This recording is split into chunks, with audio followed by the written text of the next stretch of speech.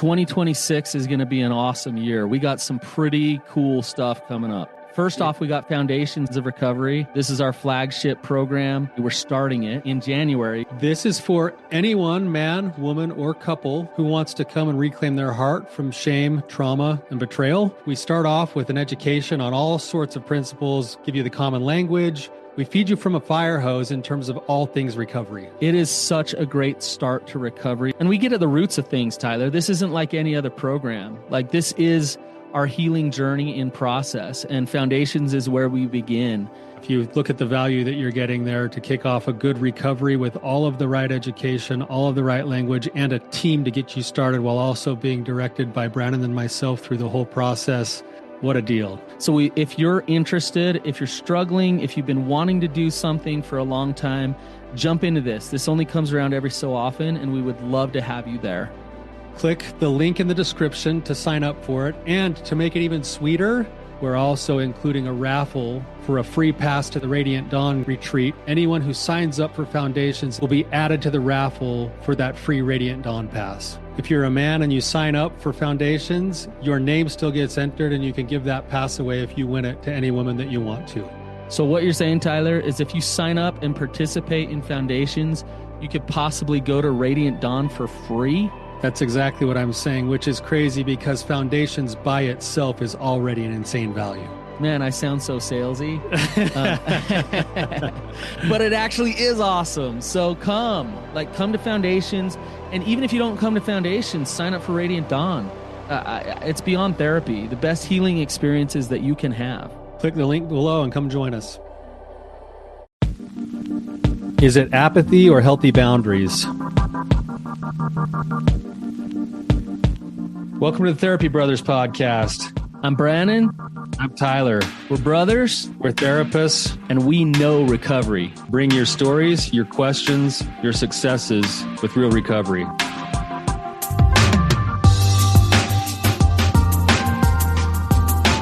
Hey, Tyler, you ready to have some hard conversations? Let's do it. Let the Therapy Brothers podcast begin. What's up, Tyler? What's going on, Brannon? How you doing, man? I'm doing good. Wow, the way I said that, like I have a good radio voice here. Yeah, it did sound that way for a second. Yeah, I need to bring in my lower voice more. If it's authentic, whatever, man. He's totally getting embarrassed. This is great. Hey, we got a thing going on, a drawing going on. Jeffrey doesn't know this, but he's entered into Jeffrey just entered, and he didn't even know it because we just barely started it. Oh, what do you know? Why didn't you tell Jeffrey about it since he's here? So, Jeff, we do have a caller on. Jeffrey, we're going to introduce him later. But, Jeffrey, what you don't realize is that Brannon and I just decided that anyone who signs up to be a caller on this show between now and Brannon's birthday, which is July 31st, is automatically entered for a free pass to the Rising Sun conference that we have in the fall. And so as of right now, if the drawing was today, you would win. He's our first entrant. What do you know? This is great. Yeah. So Tyler, where do people go sign up to be on the show? So just before we say that, anyone who signs up, even if you're like a woman and you come on the show, you'll still be entered. And if you win, you'll be able to give that pass to anybody you want. And the reason we're doing this is because we so often get done with the show, and then afterwards we stop recording, then we tell the person, you really should think about this retreat. And we always want to give away passes, but we can't give away all the passes. So we decided to give away a pass to a number of callers. And so if you're interested, go to therapybros.com, therapybros.com, and sign up to ask a question. You can ask a question just through writing. That does not go into the drawing. If you sign up to be a caller, even if you're signed up to be a caller after the date of the retreat, you're still signed up to be a caller. As long as you sign up before July 31st. Yeah. So, we're excited to see who wins this and who joins us. So maybe it's our guest today, Jeffrey. So Jeffrey, welcome to the show. Thank you. Thank you for having me. Yeah. If you could give us a little bit of just background of where your question's coming from and just maybe a little bit of what's going on with you, and we'll go from there. Yeah. Thank you.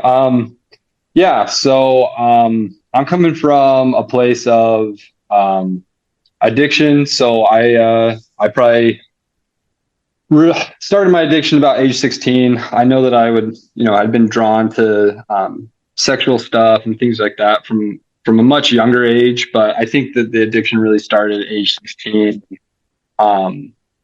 Really went from there. I was definitely having an issue as I was finishing out kind of my high school career. I was really young for my grade. My birthday's in the summertime, and so I was the youngest in my grade.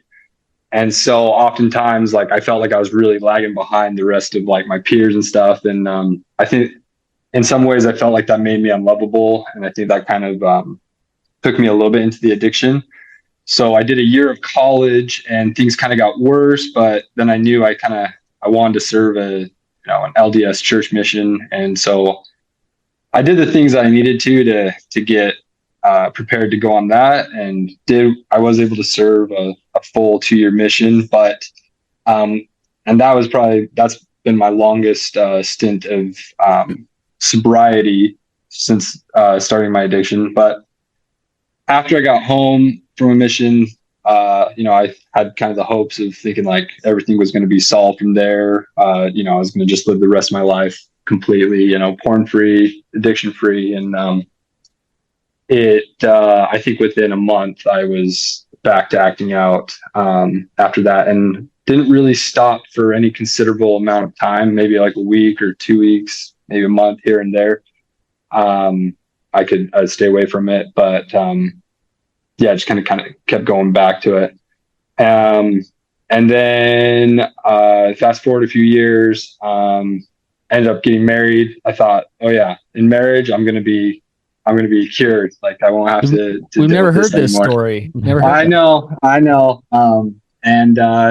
I think within a few months, maybe a year after I got married, I was back to acting out. And I was kind of telling Tyler that when I first got caught, my wife and I went to some couples therapy, and I think it turns out it was in Tyler's office, just with a different therapist there. So it's funny, I didn't hear about the Therapy Brothers podcast till much later, but kind of a circle there. So I kind of got through that, did some couples therapy, kind of was doing better. I think my wife was pregnant with our first daughter at the time, and then continued. Anyway, the addiction came back, and I never really got a handle on it. And it kind of just kept progressing. So fast forward all that to July of 22.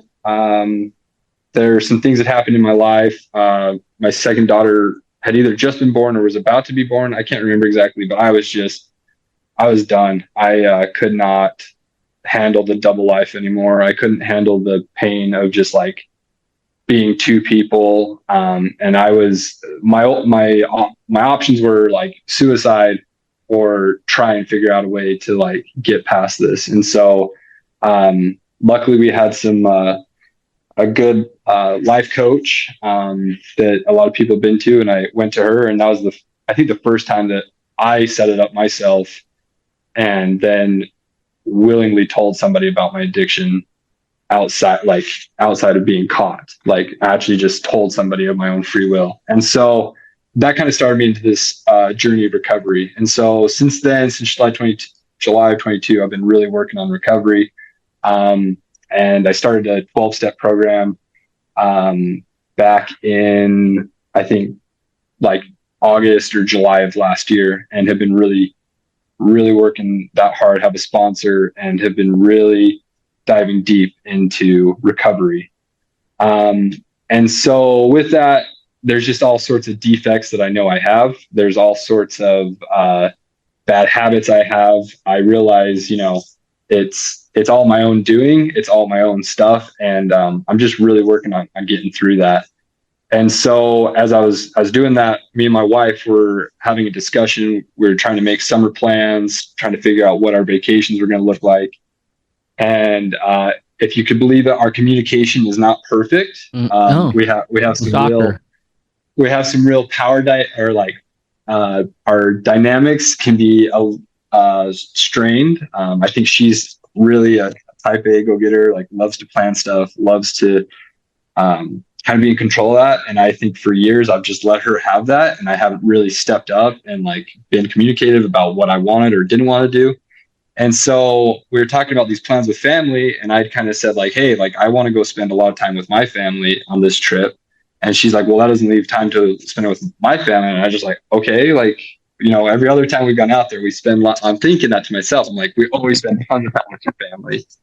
And she got really mad. And there's like, understandably, she thought I was just kind of like scheming. And as we were having that discussion, like I wasn't really I didn't feel like I was going into the drama as much. Like I knew she was upset, but I wasn't feeling like this, like, oh, like I've got to like rescue her from being this upset. And I just didn't know whether it was coming from that place of like, am I just like unwilling to feel that? Like I just like don't care like if she's upset, or was I kind of like, well, like this is your thing to figure out, and like I'm not gonna, you know, fall into this like I'm gonna shame you or be like, oh well, your family, you know, we always spend time with your family. It's just like it is what it is. And so I was feeling really confused. I wanted to know more about that apathy versus like healthy boundaries. So this is a great question. So if I'm understanding right, and I'm going to read between the lines a little bit. In the past, when these kinds of conversations would come up, if you shared your opinion at all and she pushed back at all, you'd have a tendency to then feel guilty and to cave in and to say, okay, well, I don't want to make her mad. I better just hurry and agree with her. This time, you kind of stood your ground a little bit, so to speak, and she was upset, and you noticed that inside yourself, you didn't have that compulsive desire to go and hurry and fix it.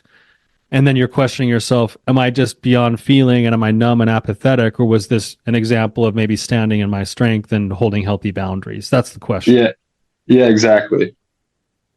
I'm wondering, I'm wondering a lot of different things. One is, I'm just curious, what did end up happening?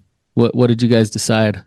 We still have not made decisions yet. We have our family are asking us like, are you guys coming out or no? And so anyway. So this is still in process. You're in the midst of this. Okay. Yeah. I'm wondering when Tyler says you stood your ground, like how did you stand your ground? What did that look like? Yeah, that's a great question. So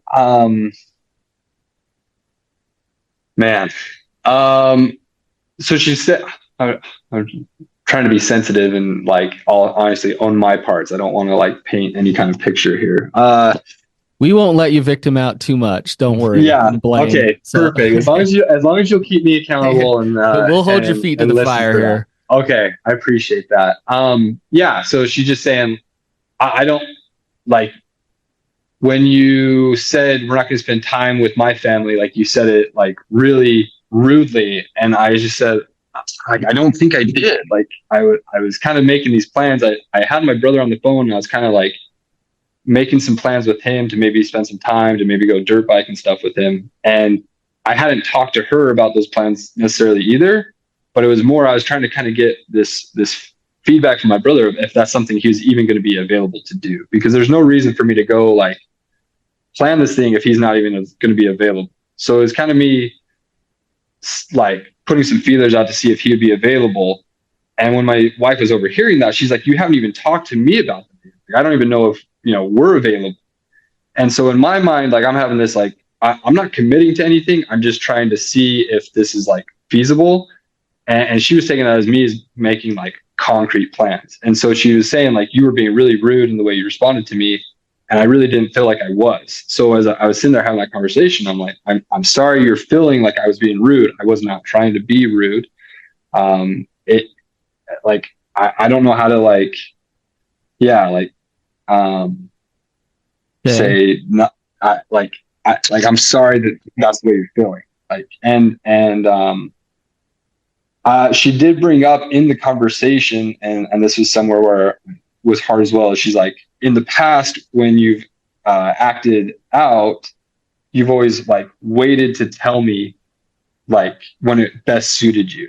Like you waited to disclose that, you had acted out until it was convenient for you.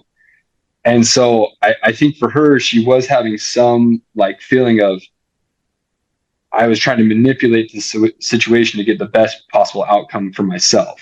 And I can't say that I wasn't. Like I don't know. Like I am selfish. I've persisted in addiction for years, and so I can't say that I wasn't trying to get a situation where I was able to go spend time with my brother dirt biking and stuff like that. But I can't 100% say I wasn't trying to make that a reality. But at the same time, I wasn't active. I don't know. I wasn't trying to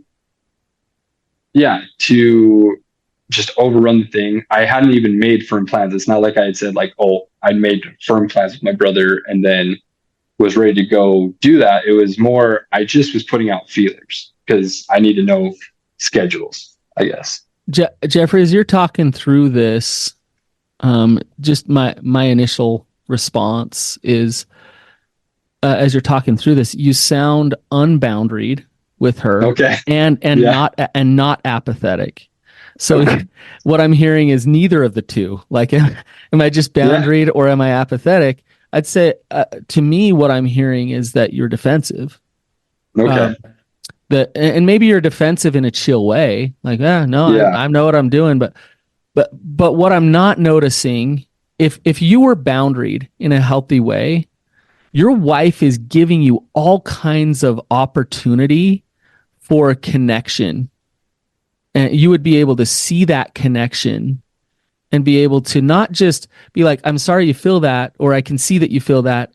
You'd be able to dive into why she's feeling what she's feeling, understand her, process that with her, and still know that you're okay, even if she's feeling that. And not have to be like, well, there's a reason why I'm going about it this way, and let me tell you, like, this is why I'm doing it. You can get there, but initially when she's saying like, I don't know exactly how she said it, but like, hey, like, there's been times when you've kind of waited for the best time to drop stuff on me. She's opening up an opportunity for you to be like, whoa, tell me about that. Yeah. Tell me how that feels for you. What's that like for you? But you're jumping to, I need to tell you that I'm not that, and I'm not doing that, and this is why I did what I'm doing. Do you see that? Yeah. I think so. Go ahead, Jeffrey. I was just gonna say, and you got to realize a lot of what I said there is like in my own head. Like, I'm not able to actually show up that well in the conversations. Like, I'm not going in, I'm not jumping in there and being like, oh, well, let me tell you. It's just like, hey, I hear that, and in my head, I'm trying to process all that of like, am I trying to manipulate it? So I'm not showing up there. Like, I'm just saying like, hey, we can hold on. But we can come back to Jeffrey, this. Go ahead. This happens in your head. I'm glad you brought this up. Like, because on an energetic level, she'll feel what's going on inside of you. Yeah. She'll know. And so for you to shift, if you're in a boundaried place, then you can actually connect with love. You would shift to, whoa, you're telling me something here. There's a part of you, I think, that's worried that you're going to get controlled, that you're going to get forced. And so there's this like, in your head, you're going through these scenarios of why can you justify what you're doing? Because you're worried that you're going to get controlled. If you know that you're not going to get controlled, that you trust yourself and you know yourself, then you're going to really care about what she's saying and be able to actually go there with her. Tyler? No, just add to that too. It also, this is a classic case. I don't know if this is going on for you guys or not, but when you're in that energy inside yourself, and I think you have to be. I mean, it's just kind of the stage where you're at in your growth right now. But when you're in that energy inside yourself, and she's also saying, you've done these things to manipulate me in the past where you wait for it to be convenient and then you kind of drop the bomb on me. That energy that is going on inside of you, but isn't quite yet being processed or spoken, feels a lot like the very thing she's telling you. Yeah. Like, you're manipulating me, you're controlling me, you're waiting for it to be convenient. And in your head, you're going, no, I'm trying to solve this out, but my energy is still at war towards her while I'm figuring it out. And so all she feels is what you're giving her back. And then what ends up happening is that we get in, if we stay in that defensive place, by the time we step back into any type of conversation, it's like, I have a client who says this all the time.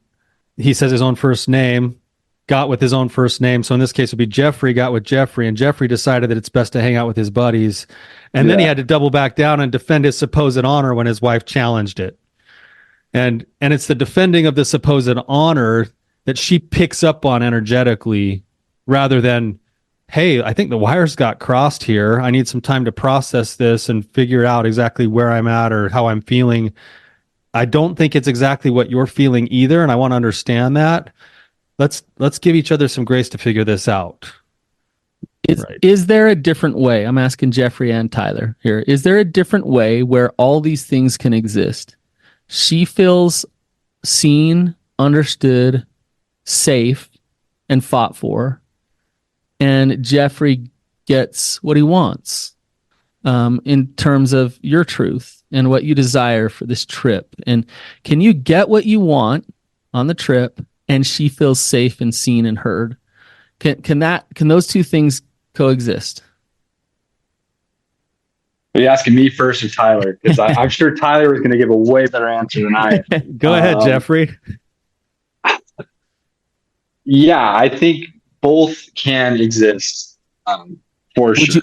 Would you like that, Jeffrey? Is that what you'd want? Yeah. I mean, I think if I had it completely my way, I would get, 100% of what I wanted. And that would be, just the selfish side. And it actually wouldn't be what deep down in me wants. But the selfish side that just wants to take would want, say, more time than what I actually need with my family. And do you know what you actually need though? Like, do you know what your truth really is, and not this codependent truth that's mixed with she's telling you what it should be? And like, do you know what your actual truth is of what you need? I mean, that's a different question. I don't know that I do. Not yet. Like, I'm still working on that. I think that's definitely a part of me that I'm trying to find and really connect with and have as a bedrock. But with that said, I think, going back to the other question of there is probably some ground in there where both me and my wife can both get what we want as far as like time with family. But then certainly there is a way there where they can both be validated and both be connected, and not in this like me versus you scenario, but this is us and we're going out there and we're visiting family together as a family. So what needs to happen in order for that to happen? Like, how does that go down? Like, how do you create that? Yeah, I think kind of going to your other question, I think it comes down to me really knowing what it is that I need, and being, honest with that and sharing from an honest place. And then also recognizing that my wife might need different things, and recognizing those, and then coming together and making that compromise together, not me versus her, I guess. Okay. I think one thing, as you try to solve and figure out what your needs are, this is where it gets pretty complicated, because most people would have a tendency to have how much time are we going to spend with each part of the family and what are my needs there in terms of time. And that's like the top layer that will never actually be addressed until the lower layers are. So I'm going to read between the lines here and just tell you some other themes that I think are going on just in what you've just described that need to be actually addressed personally, but maybe addressed relationally too, in order to get to how much time is needed with the family. Because I hear other needs in you, Jeffrey, and one of them is this: I've lived a life where I've been inauthentic and dishonest with my feelings to my wife in the past. And now that I'm growing into recovery, I'm realizing that I want to stand in my strength more. I want to be more honest. I want to have a voice. I want to be an equal partner in the relationship. And the natural tendency is that if those things are true, which maybe I should stop and say, is any of that true for you, Jeffrey? Yeah, I think, I resonate with all those. So if that's true, the natural tendency is to then be like, well, I'm going to stand in my strength and we're going all out. We're doing my family this time because it's always been her family and da-da-da-da-da. It's like, okay, so good. you're at least speaking and trying to protect those new insights and new needs that you have. But then there's another layer to this, which is the relational part. And she's giving you the gift of telling you some of this. Hey, this is really, I'm going to rephrase it so it's not quite as maybe straightforward at you. It's really hard for me to see you try to step into your strength here because it feels a lot like old stuff and old manipulation. And so now you've got to somehow figure out how to find your honesty, your strength, share your feelings at the same time that you're balancing out an understanding of why she's having the response that she is. And at the same time, not owning that for her.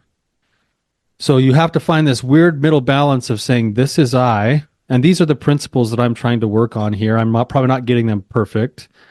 And then she's saying, this is me, and you get to go, I see totally why you'd be feeling that way. And that doesn't mean I'm going to be the one that has to fix it. That doesn't mean I see you. I want to understand you. I want to hold you. And that may not change what we decide ultimately with where we go for our vacation, as long as we see and know each other.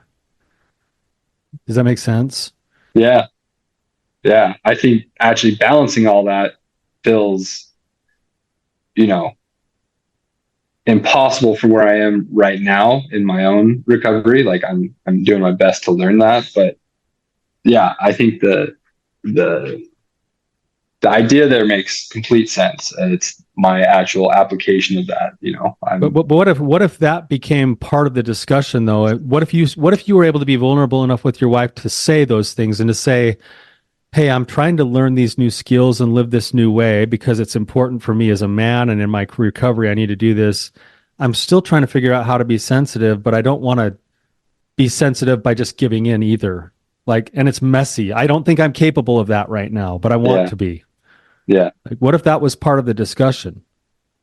Yeah, I think that I'm hoping to, incorporate that and start having more discussions like that.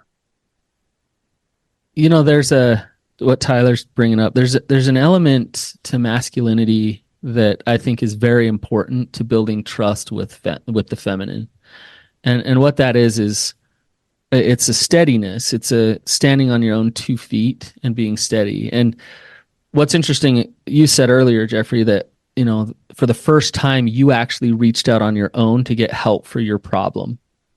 And what that tells me is that in a lot of ways you've given your truth to her or to somebody else. Yeah. She'll tell you what you need to do or how you need to do it, or, and it's awesome that you're taking the reins back. And it's awesome even for her that you're taking the reins back. That's actually what she wants. But this is what's really cool, is when you take those reins back, then the bumpy road comes because you're used to the old systems. So the new system comes in play, and change is difficult and uncomfortable and hard. And so when the bumpy road comes, the bumpy road is actually beautiful, because this is where she really gets to see if Jeffrey is steady. Can he hold those reins? Can he get through this on his own? And if he can, holy cow, I'm with a man who can stand on his own 2 feet. But when the bumpy road comes and you throw him over to her and you're like, can't do it anymore. Here, take this. Okay, we'll go to your families the whole time. Screw my brother. So what the bumpy road is that discomfort of, I'm okay if you're upset, but I really care about your pain. And I'm here for you when it comes to that pain. I can sit in it. I don't need to bail. I don't need to hide, act out, whatever. I don't need to bail. I can sit in it. Brannon, really quickly though, being here for you in your pain does not mean always having to concede something. It actually means never conceding. It's more about presence and honesty than it is concession. Look, it's never conceding, Tyler, but that doesn't mean it's never compromise. So you never concede your truth. If you compromise with her on this, Jeffrey, then you are choosing within your truth to choose that compromise because you love her, you care about her. But I'm not giving up my truth because, you get to have all the power in the relationship. Yeah. Right. There's a big difference. Did you hear the difference there? What I just said?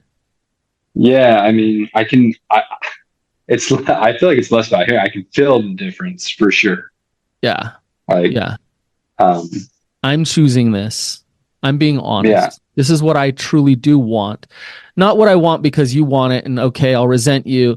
If you have resentment on the back end, then you didn't act in your truth. Yeah. Right? Yeah, resentment is a sign of an unhealthy boundary in many cases. And so when I do that, if I choose to then, use the word concede or compromise, then I'm doing it for the sake of whatever greater good I'm making the choice for. And it doesn't mean that I still don't feel like it would be really important for me to spend time with my brother. Or it might be the other way around, which is it's that important to me that I go on this dirt bike ride with my brother because I haven't done that. And it's also important to me that I speak this and that maybe even that I just do this to show that I can still do it because I haven't done it forever in my relationship. And I can see how difficult this is for you to your wife, because it's different than the way I've shown up in the past. And I get that it's hitting all of those nerves, and I'm here and I want to hear about it and I want to hold it and I want to understand it, and I hope that you'll see that I'm doing this from a place of confidence and a heart at peace rather than a place of trying to stick it to you and get back at you. But yeah. Tyler, this sounds so hard. It's easier to prove to her how stupid and selfish and in the short term, she always gets her way. Like if I can prove to her how stupid she is, then that will like create good stuff in my life, right? Oh yeah, because then she'll want to be connected to you, and then she'll feel like she can trust you some more, right? It's crazy that we naturally go that route, though, right? Well, we go one of two routes. We either prove to them why they're so stupid, or we just totally give in, right? And then we can't figure out why either way they don't trust us or want to be close to us. Right. But either one of those is lack of authenticity, and one of them is shaming. Right. You're like a wet noodle, or you're you're totally attacking and trying to prove to them how wrong they are so that you can justify yourself. Neither one of those shows that steadiness and that strength. Can you see that, Jeffrey? Yeah, for sure. So I also can recognize many times in my own life doing both of those. So I'm ready to find the other path there. I saw you nodding your head when we were talking, like, and it's like Brannon and I are talking from a knowing place as well, right? Yeah. I don't know how you guys have had a camera on me for the last 8 years. That's because we've had to live our own lives, and we it's personal to us too,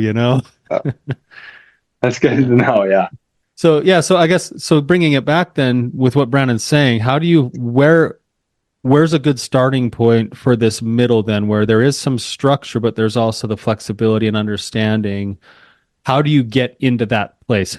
How do you get your heart into a place where you want to even approach it from that direction? Ooh. Man, you're asking me right now. I thought, Brandon was going to come in here and have the I actually have an answer that I want to say, but I'm not going to. I'm going to let you sit here and figure it out. Okay, you hold it. I think it goes back to something you were saying earlier, Tyler, of I got to get down the levels and get to where we can connect over, I guess maybe the lack of things, like the feelings, the actual needs, and get down to there, and then start building up what the plans are going to be. So it's, hey, I recognize, I think for her mom's, her mom's going through some things, so she really wants to go visit her mom and see her. So I think she has some of those needs. So that's part of why she wants to be with her family so much. And I have my things too with my family, where I'm trying to reestablish good connections, especially as I'm coming out of this addiction. And so both of us need to know, kind of those things that the other partner is going for, so that we can understand there. And then once we kind of know what each other's needs are, I guess, then we can actually build some plans on top of that. Whereas right now we're just trying to put together, I guess if you put in like a home building analogy, right? Like right now we're just trying to throw some wood 2x4s together and there's no foundation under there. And we're hoping the thing's going to stand up and, look nice. And it's like, we don't know what the foundation even is. So like, how can we frame out the plans, I guess. So what is the foundation? Like with this analogy, like what is the foundation? Yeah, I think the foundation is what it is that each partner needs. So what my wife needs and what I need, and knowing what those are, such that then we can like actually make those plans around that, I guess. Yeah. So like I asked you, do you know what you need here? And you said, well, yeah. No, not really. Like, I don't really know what it is that I actually need. So it's like, in many ways, what we're talking about on a broader sense here is you need to let go of your wife with this. If we're talking about creating this steadiness and this safety in the relationship, you need to let go of her and start to learn how to trust yourself. Start to learn how to get centered and grounded. Notice your intuition and discover what your truths are, independent of all of your shoulds and all of your just faulty core beliefs and all of this stuff that's been built over the years. Notice those, let them go, and then see what really feels true to you and what really feels good. So then you come to the table, and this isn't always the case. Sometimes a couple can actually help each other get more clear about what their truths are. If good communication happens and there's not drama, then they can explore with each other and be like, oh yeah, actually that's what I need. I need that. That's where I'm at. But sometimes that's not available because the trust isn't there, right? And so for you to learn how to be clear with yourself, unto yourself, who you are, and then show up authentically with her, that's going to help her feel safer with you. So, you're battling something out here, and I don't know if you really even know what it is that you're battling for. Do you see what I'm saying, Jeffrey? Yeah. No, yeah, I definitely agree. I think, I'm still trying to find that. This is where like a good therapist or a good support system, you can bounce it off of them and be like, hey, like, what is it? Like, this is why I'm pissed. This is why I'm feeling what I'm feeling. This is where I'm at. And then they can help you process and talk through this. And you're like, actually, this is what I actually need. And I need to hold true to that principle or that thing or whatever it is. So put her aside. Go ahead, Tyler. No, go ahead, Brannon. No, that's it. Oh, yeah, no, I agree with that. And it's weird because putting her aside does not mean not being empathetic and curious and understanding of her. You actually put her aside so that you can connect to her. Yeah, she needs to not be so much the focus of whether I'm a good person or not, that I can actually then just treat her like an equal human being to me and be curious with her. And so as you guys have been talking, I'm putting in my own head formulation of a plan that if I was in your shoes, this is kind of what it might look like. I would be listing out in my head the things that are actually my needs. And that would be, I do have a need of spending time with my family, but underneath that need is I want to be rebuilding new connections in my state of recovery now because I've neglected those relationships. I also have a need of wanting to be an equal partner in my relationship. I have a need of needing to be honest about myself and my feelings now. I have a need of being an equal partner. Those are all of my needs that are underneath whether or not we spend time with whose family. So that's all of my stuff. And now if I put myself in my wife's shoes, and I'm going to read between the lines on, because she's not here to speak, but what I'm hearing in what you've been talking, she has a need to be loyal to and support her mom in a rough time. She wants to nurture her own family relationships. She wants to not feel manipulated in the way decisions get made and the communication happens. She also wants to be seen and validated for some of the old feelings that come up because of the way things have been handled in the past. And maybe there's many more of those things. But now, go ahead, Brannon. Sorry. Tyler, what if she expresses those needs? And sorry to interject. Yeah, you're okay. In a way that's like, you know what? I need you to not be a selfish jerk who's hurt me so much in the past. So all of the needs that you just said, Tyler, are her actual needs. But what if she's saying something more like that? But that's my point, though, is if I'm doing my own work and I'm saying this is what's likely underneath the surface, is at least these are the clues that she's given me. When she says, you're being a selfish jerk and we need to go to my family's, instead of like, no, we don't, I'm going to, it's like, oh, I'm going into what I've already read between the lines on and said, hey, babe, I can tell how hard this is for you. This is really rough. I can see why you felt like I was going behind your back. It makes total sense to me given our past history. I know how important your family relationships are and how much you care about your mom and what she's going through. And I'm really sensitive to that. And I want to figure out a way where we can validate that and maybe help with that. And I still need to be myself here, because if I'm not, I'm sending myself back from where I just came from, which is not good for any of us. Yeah. Right. So it's the both and. But if I haven't done the work to try to understand what's really underneath, all I get is the data that she's giving, which is I'm taking control and it's me and you're being a selfish jerk. And then you fold and you're like, oh, or you get defensive and you're like, oh yeah, well, you're being the selfish jerk. And then boom, it's off to the races. But if I'm seeing both, then what that does is it opens me up to more empathy for her. And it opens us both up to creativity, because when we're in a fight like this, there only seems to be one or two options, when in reality, there's probably 10 options. And now all of a sudden the discussion starts to happen and you go, hey, you know what? We're only a couple of hours away. What if you took a whole day to yourself and stayed with your mom and hung out with the girls, and I just went up with my brother for a night and did a bike ride, and we didn't necessarily have to be together. Maybe it'd be worth the cost to taking the kids, rent a car or something. Yeah. And who's taking the kids? And, like if you wouldn't mind taking the kids, you could still hang out with your mom and be there for her. And then I could come back the next day or whatever. Like what I'm getting at is, if that's not an option, there's 5 other options. And if they're based off of these principles, then creativity gets expanded instead of like either or. Yeah. Right.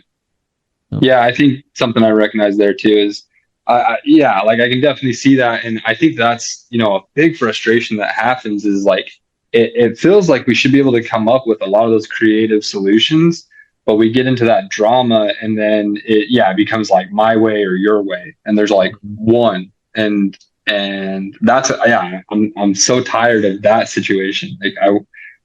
I'm all for that. Let's come up with some creative things. Like we both do that, but I think so often, we get caught up in the drama of the fight that, the creative things won't happen unless there's an acknowledgement of the undercurrents. Yeah. Because you guys are stuck wrangling with each other, trying to validate the undercurrents without ever talking about them. Yeah. Right.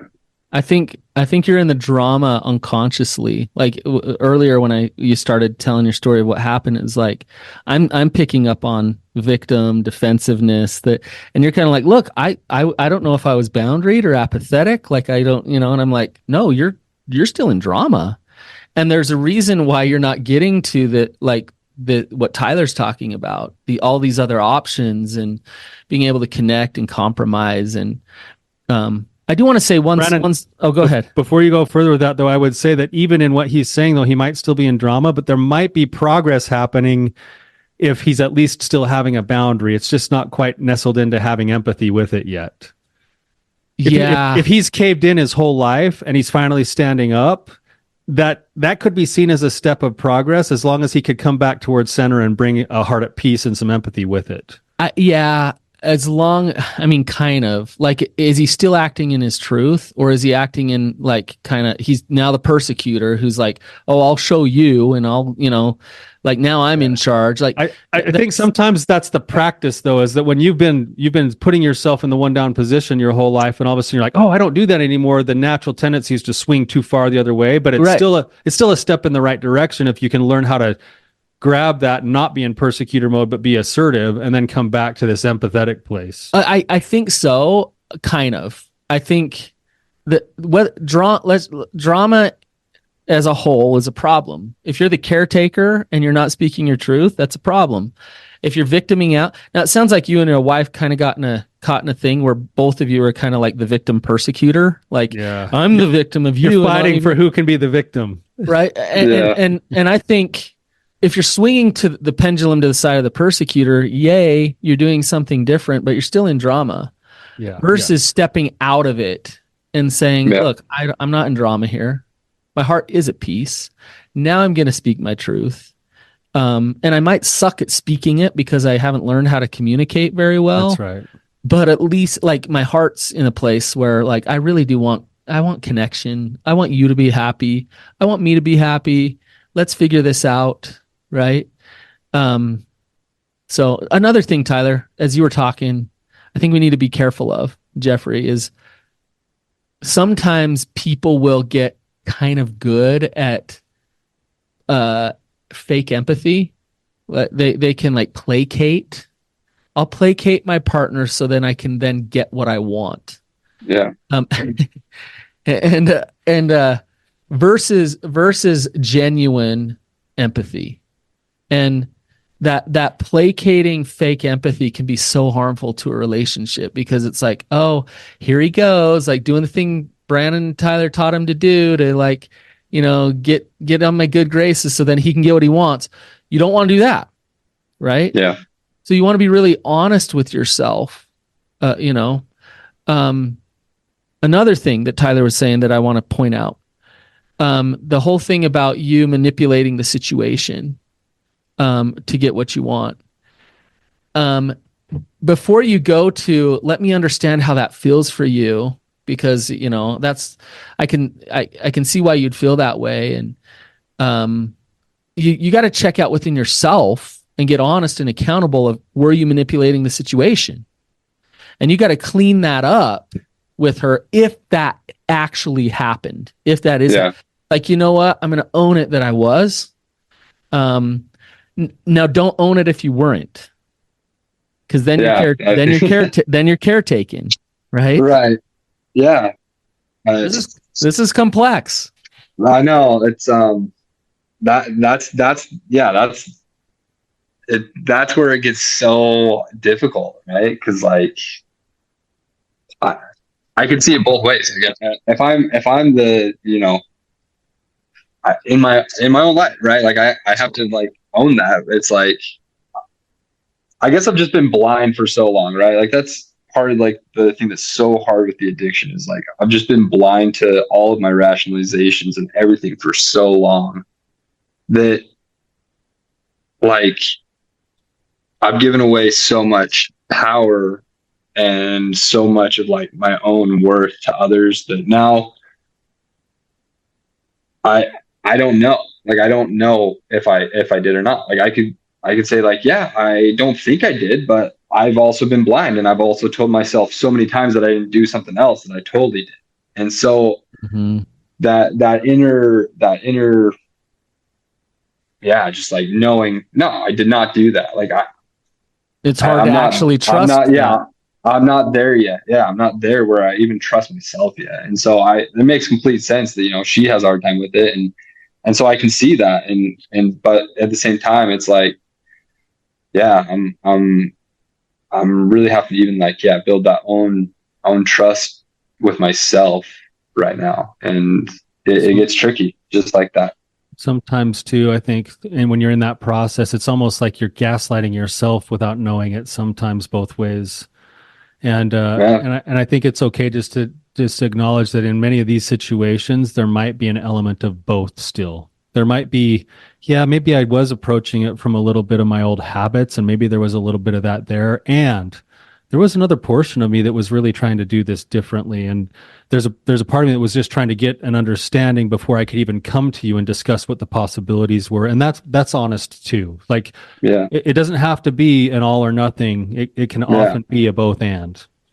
Right. Jeffrey, I hope you win the drawing, because you'd be awesome to have at Rising Sun. And this is what we talk about. This is what we learn. We learn how to be beloved sons of God and know that that's who we are, so that you can trust yourself and step into your truths and know what your truths are. And so I think that's where I would focus some of your work, not so much on the relationship. You're doing good work there. You're in the process of it. This question that you have today is awesome. Like, me and Tyler like this because we're seeing shifting in the right direction, right? But the underneath work is overcoming the years and years of messaging that you're broken and that you're not okay and that you're not fully loved. And so, I think of a couple good books. No More Mr. Nice Guy. Have you ever heard of that one? I've listened to some of your other podcasts talking about Mr. Nice Guys, and I actually went up to my wife. I went up to my wife one time. I was like, "Do you think am I nice? Like, am I a nice guy or whatever?" She's like, "What does that even mean?" I'm like, "Oh, dang." But anyway, so I would check Robert Glover. I'd check it out. And I'm telling you that for a reason, Jeffrey. I think there's some of that in there. But then the wild at heart stuff, just like the deeper stuff about your relationship with God with God. My kids always tell me I say God like God. So your relationship with God, wild at heart. So, but keep up the good work, Jeffrey. I just want to tell you, you're doing good stuff.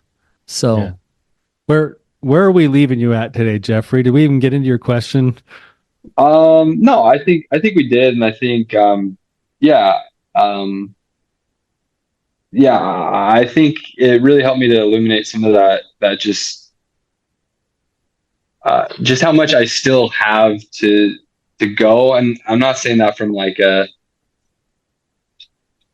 there's a part of me that wants to go into oh, woe is me. But no, it's such a journey. And, so I have so much, but this does help me to start putting some words to that. I definitely didn't have words for this and what I was feeling before this conversation. And so now knowing oh, this is what I'm feeling here. And, that helps me to start processing it and bring those things up so that I can actually work on it. Because, so long I've just been I don't know how to do this, but I don't know where to even start working on this because I don't even have language for what it is that I'm trying to do. So no, it's been helpful. Yeah. Well, good. I know that your side of the family is relatively close to my office space. So if you happen to win in the negotiations and you can carve out a time to stop by and say hi, please do so. Not that time with me takes any precedence over time with your families, but no, but yeah, thank you. I see a guy in you, Jeffrey, who's in the arena, who's trying to do it right. And I hope you don't feel too beat up by what we said today, because I actually see you as right where you should be and as a work in progress. As do I. Yeah. And I think you're doing really good, solid work. And it took a ton of courage to come on the show today. And I know that this topic is something that will really resonate with a number of other people who are in very, very similar situations. So thank you for your willingness to come on. Yeah. No, I appreciate you guys. Honestly, part of it, I was just like, man, am I gonna have to pay for this? Or is this really just that easy? Because I'd heard you say oh, we got slots open. So I was like, I guess I'll look. And next thing I knew, I had an appointment.